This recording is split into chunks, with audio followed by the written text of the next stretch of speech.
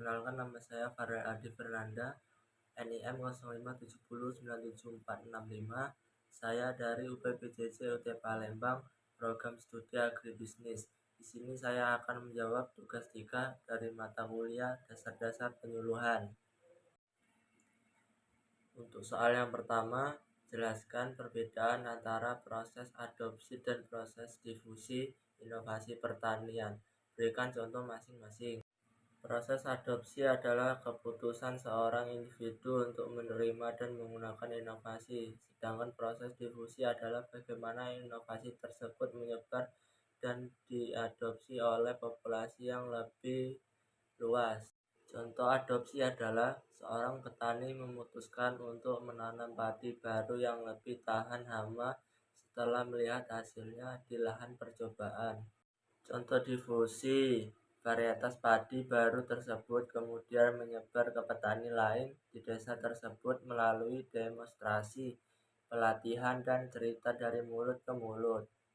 Untuk soal kedua, seseorang penyuluh diharapkan dapat membantu untuk mempercepat proses difusi inovasi. Terkait dengan hal ini, upaya-upaya apa yang dapat dilakukan penyuluh? Upaya-upaya yang dapat dilakukan penyuluh: 1. Melakukan demonstrasi hasil. 2. Mengadakan pelatihan dan penyuluhan. 3. Memfasilitasi kunjungan lapangan. Untuk soal yang ketiga, salah satu jenis pendekatan penyuluhan adalah penyuluhan partisipatif. Mengapa disebut partisipatif? Sebutkan karakteristiknya dan berikan penjelasannya. Penyuluhan partisipatif disebut partisipasi karena melibatkan petani secara aktif dalam seluruh proses penyuluhan, mulai dari perencanaan, pelaksanaan, hingga evaluasi. Karakteristik penyuluhan partisipatif: 1. Berpusat pada petani, kebutuhan dan masalah petani menjadi fokus utama. 2. Melibatkan petani berperan aktif dalam setiap tahap penyuluhan. 3. Belajar bersama, penyuluh dan petani saling belajar dan berbagi pengetahuan. 4. Mengembangkan kemandirian, petani didorong untuk mandiri dalam memecahkan masalah. 5. Berorientasi pada tindakan penyuluhan bertujuan untuk menghasilkan perubahan nyata di lapangan. Untuk soal 4, bandingkan karakteristik jenis pendekatan sistem latihan dan kunjungan laku dengan jenis pendekatan partisipatif ditinjau dari segi tujuan, sasaran, organisasi, metode, dan peran penyuluhan.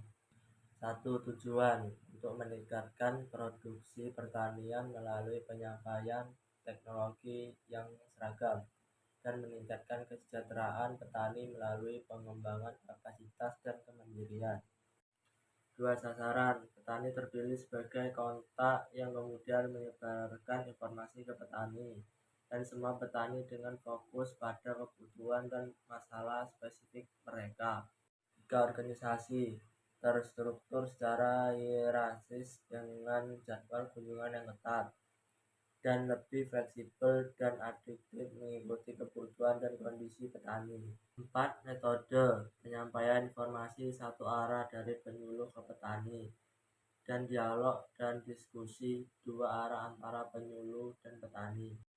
4. Peran penyuluhan: sebagai penyampaian teknologi dan instruksi dan sebagai fasilitas motivator dan pendamping petani dalam proses pembelajaran dan pengambilan keputusan.